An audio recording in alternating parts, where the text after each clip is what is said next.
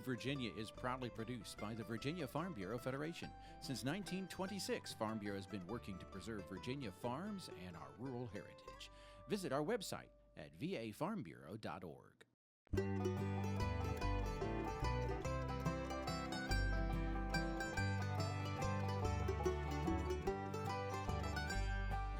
Home will always be Virginia, between the Blue Ridge and Chesapeake Bay, Atlantic to Appalachia, home in my heart always.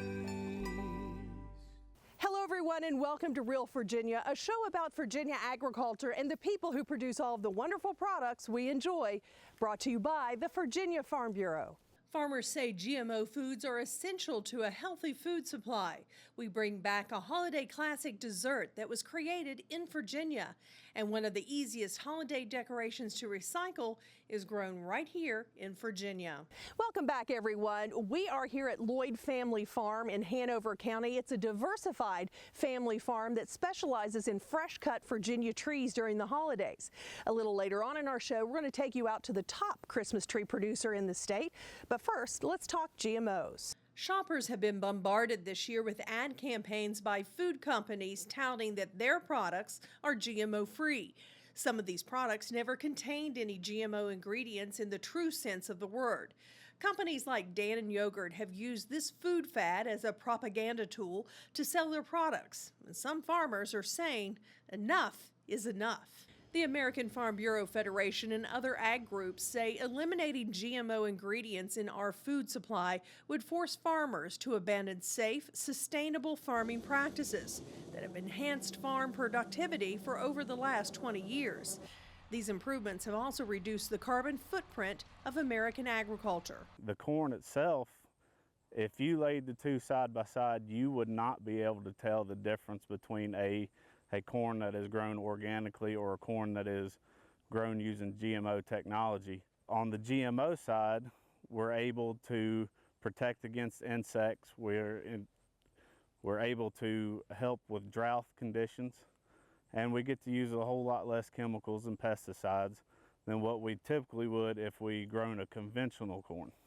Phillips has decided to fight the latest food fad with science and information. He uses social media to explain his farming methods, and he offers farm tours to show visitors his safe practices, like GMO technology. Come to the source, come to the farmers.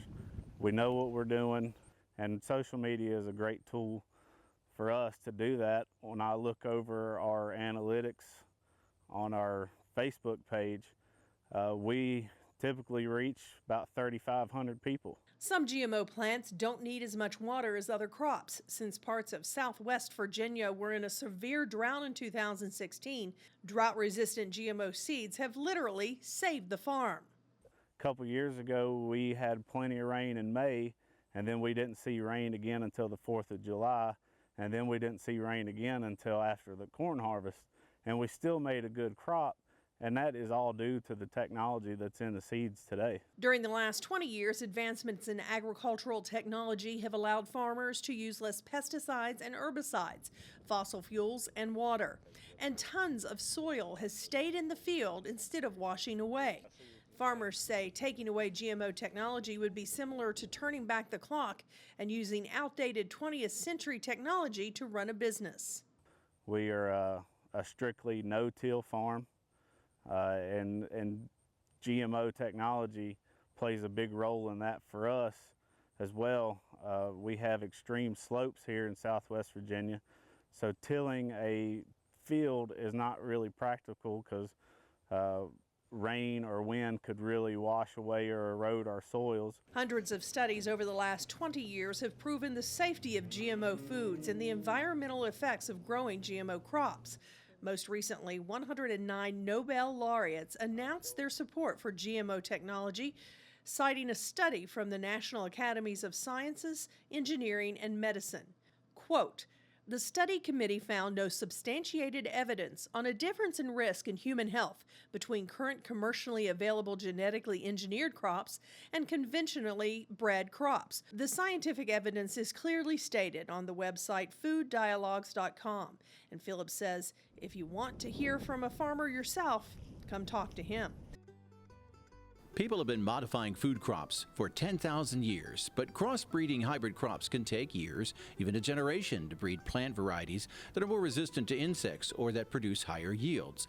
Genetic engineering allows scientists to achieve the same goal much quicker. Bacteria and microbes have been swapping genes for millennia, and modern GMO techniques mimic that by using bacterial enzymes to insert snippets of DNA into the host molecules. Hi, today we're going to be talking about growing herbs in the wintertime from the ground up. Please stay tuned.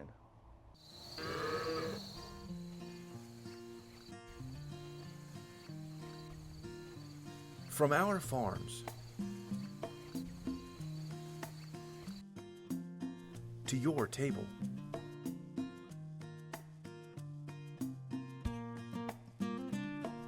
Virginia dairy farm families are dedicated to providing your family with nutritious, high-quality milk.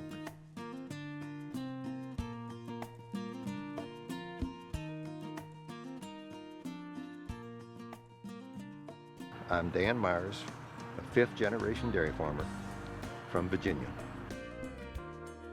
I'm Roy Vanderhyde, a first-generation dairy farmer from Virginia. I'm Gerald Heatwool, a third-generation dairy farmer from Virginia. I am dedicated to dairy, my cows, My milk, and our land.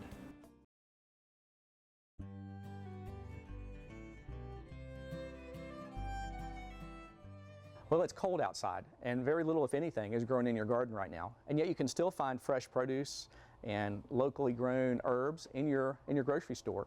And this is how it's done in greenhouses. We're at a large greenhouse operation near Harrisonburg, Virginia, called Shenandoah Growers. They do herbs, basil, thyme, and different ones. They grow about 10 million plants each year. And we're really excited to be here, and we're going to give you some tips on what you can do with some herbs that you might want to grow or that you might even buy, and what you can do with them afterwards.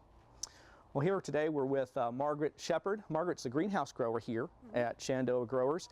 And we're not in a greenhouse right now, are we? We are not.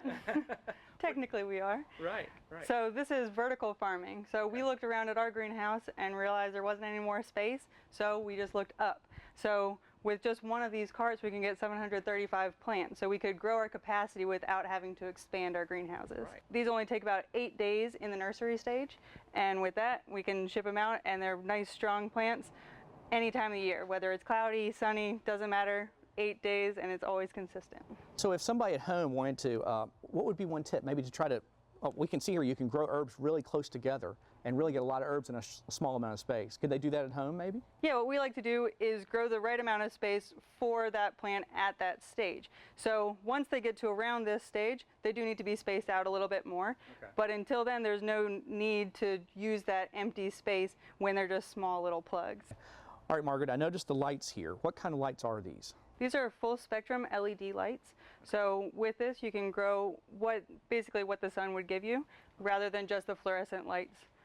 So with this you can grow plants even when it's dark. You know, now when it's getting dark at 5 o'clock, now you can keep growing. Okay, so a homeowner could probably find lights like this if they Google LED lights for the home. They could find something they could use. Yeah, there are plenty of home kits that are great for apartments, windowsills. Okay. Why don't we go see what a consumer might do with these once that they buy them and take them home, and how they can keep them going. Well, we're in the greenhouse now, and we're seeing some of the herbs that they produce here. We're here with Mike Smetak. Mike's the general manager here at Shenandoah Growers. We really appreciate you letting us come here today. So this is what the basil or the cilantro would look like as a finished product. Correct. And this would go to the consumer after it's come out of the greenhouse. So they would cut this and use it. But is there a tip, a way that they could maybe keep this growing? Yes, absolutely. So Chris, for those of you with the green thumb, what you want to do In order to use this daily, you'll snip the top node with a pair of sharp scissors or a very sharp knife, and then there's actually care instructions on the back of our packages and also at our website, fresherbs.com, that will show you how to regrow this in your house. If you want to just utilize this for a very short period of time, say 2 to 3 weeks, keep it in said package, place it on a saucer and water from the bottom. Now, if you want to continue to grow fresh herbs year-round, what you're going to want to do is transplant this into a larger pot, because what happens is the plant itself actually uses up all the available nutrients in the soil, so you'll need to find new media and plant it into a larger pot. But if, like I said, if you go to fresherbs.com, we have all those instructions there step by step in order to supply you with year-round culinary herbs. Okay, great. I love it. So if a consumer, again, wanted to do this at home, just grow them from seed, they have maybe get a grow light in the wintertime. Correct. And maybe on a windowsill even. Yes. Because they can find grow lights that are small enough. And put them close together, and they can put a lot of herbs in that small space. Absolutely, they can. Well, Mike, thanks again for letting us come here today. It's a wonderful operation. Thank you very much. We appreciate it as well. Well, for more information about producing herbs in the wintertime, please contact your local county extension office and talk to a master gardener. From the Ground Up, I'm Chris Mullins, and we'll see you next time. From the Ground Up is presented with the generous advice and assistance of Virginia Cooperative Extension. Visit their website at ext.vt.edu. Who knew that a holiday favorite dessert was created in Virginia? We'll share it with you next from the heart of the home. You're going to need me. You're going to need all of us. You're going to need the next generation of leaders to face the challenges the future will bring. And we promise we'll be there when you need us. Chef John Maxwell has a special guest with him today to share with us a historic Virginia holiday recipe in the heart of the home.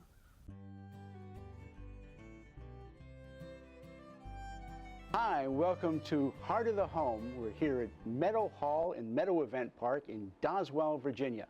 We're at the State Fair of Virginia. I'm Chef John Maxwell. I'm here with Donna Skidmore, who is from the test kitchen at Dole Foods? Dole Packaged Foods. Dole Packaged Foods. Yes. Okay. Wow. This is our first real live guest on the show, so we're really happy. Gosh, I'm honored. All right, we're happy to have you. Thank you. What are we going to do today? Well, we are going to make the old-fashioned pineapple upside-down cake. Okay. Now, you are aware that this is a Virginia TV show, right? So, and it's a Virginia. But this has a history to Virginia. Does it? We got a Virginia connection. We do have a Virginia connection. This was a, in 1925, Dole had a recipe contest that had 60,000 entries in it.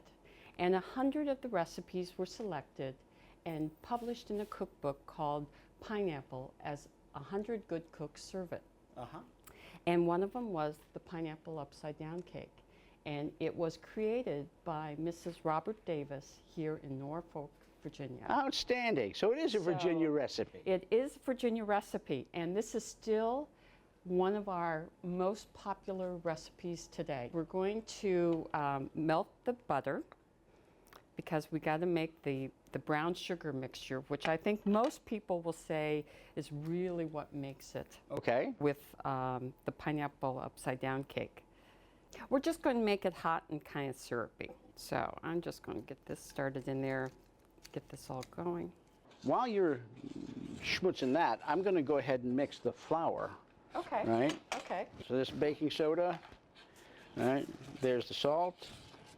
And I'm just going to use a little wire whip to get this just so it kind of mixed blended. together. We're going to add meringue to this.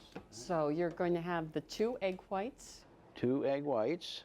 Along with a 1/4 cup of sugar. Okay, well, I'm going to whip these whites a little bit. Until soft peaks. All right, I think I got these the way you're supposed to have them. You want to give me a peek? Is that about right? Yes, that looks great, John. Okay, and we're going to add the sugar, 2 ounces or a 1/4 cup of sugar. And I'm just sprinkling it in on the top. All right. We don't want a real stiff meringue here. We want nice soft peaks on our meringue because we're going to fold it into the dough. So then while you're taking care of that, I'm going to put the pineapple slices into the skillet. Okay, now this is the real technical part. You got to get these pineapple slices just exactly right, right? That's right. And the original recipe was done in an iron skillet, and upside down cakes came from the late 1800s because they were developed as ways for people to cook over open stoves and open fires. So we are ready once the batter is completely done. Now what you're going to do is you're going to cream sugar with the remaining butter. Okay. So I got the butter in there. I'm going to start wicking that, and I'm going to add some sugar. Okay, so now what do we add? We add the egg yolks? The egg yolks.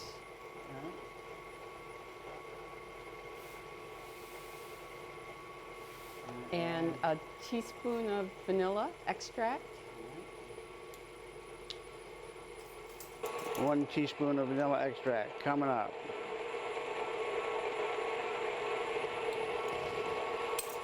Okay, and then what? And the grated lemon peel.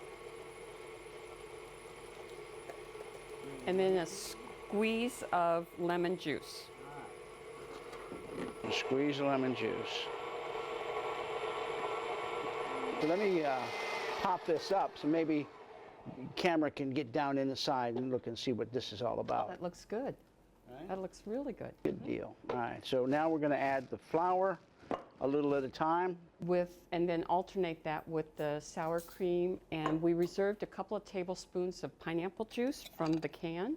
Okay. So we'll use that. All right, so we're going to add a little bit of flour.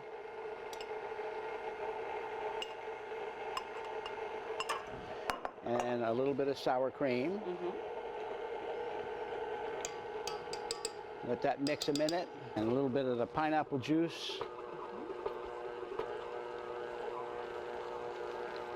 Okay, so that's pretty stiff, so we're going to need to lighten that up. We lighten it up with the meringue. Correct. All right.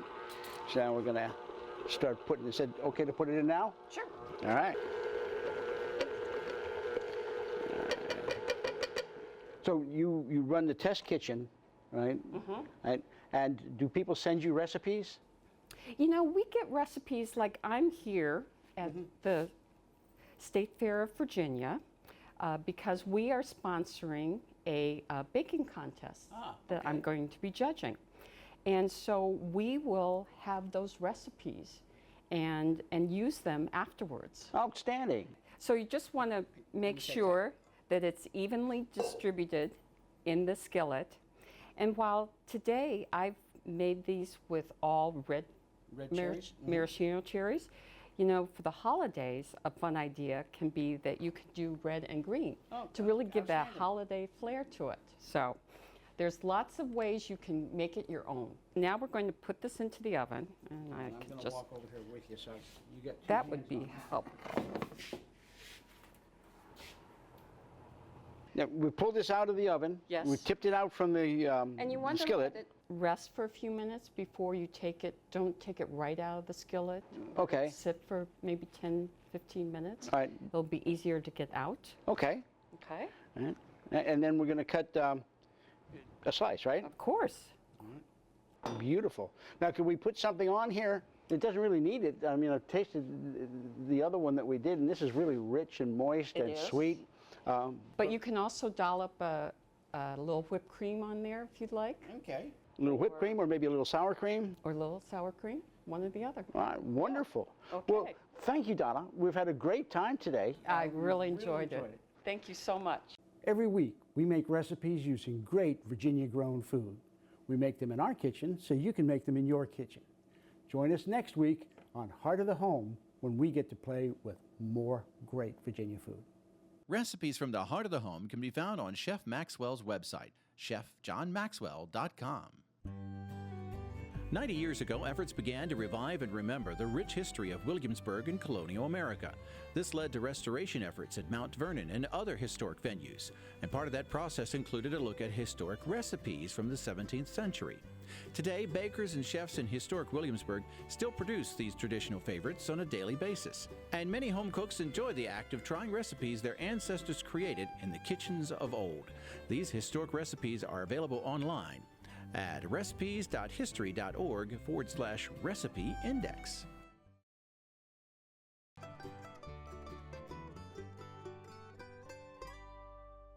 There is nothing like the feel and the smell of a fresh cut Christmas tree for the holidays.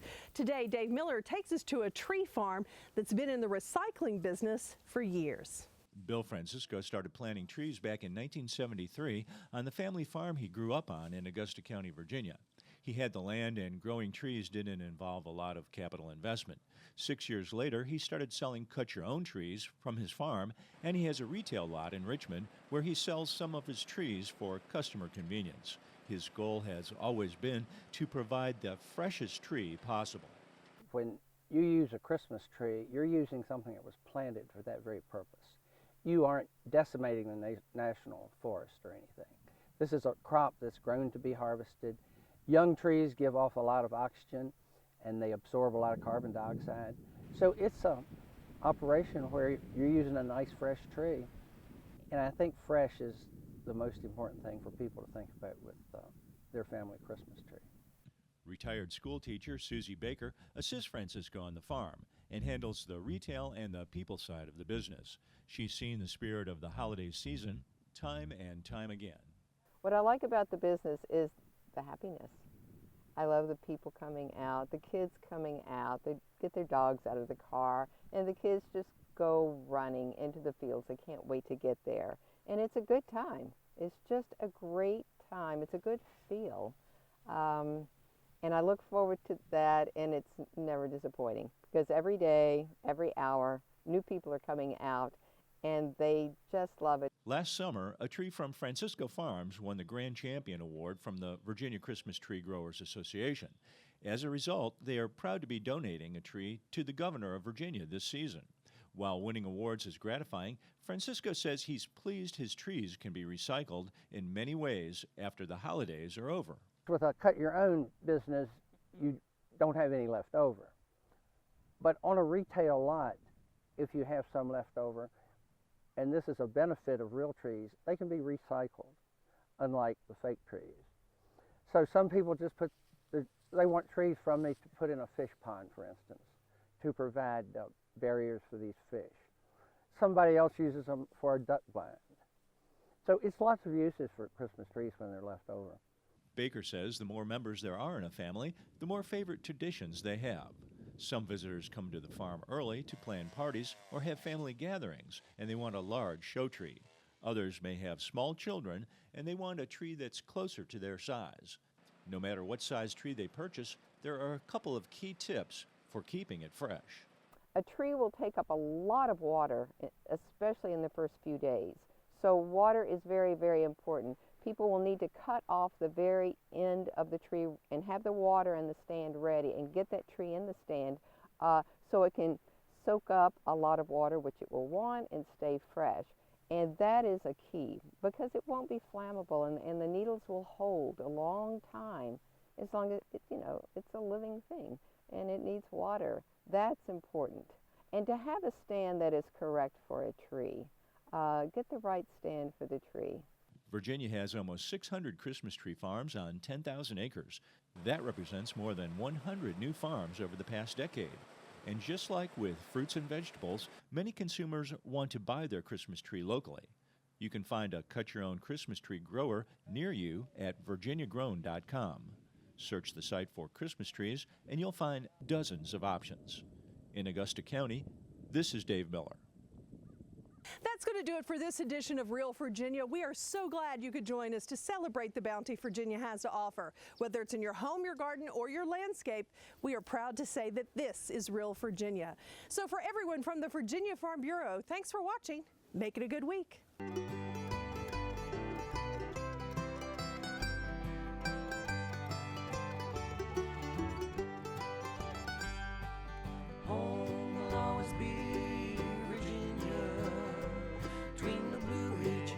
Chesapeake Bay.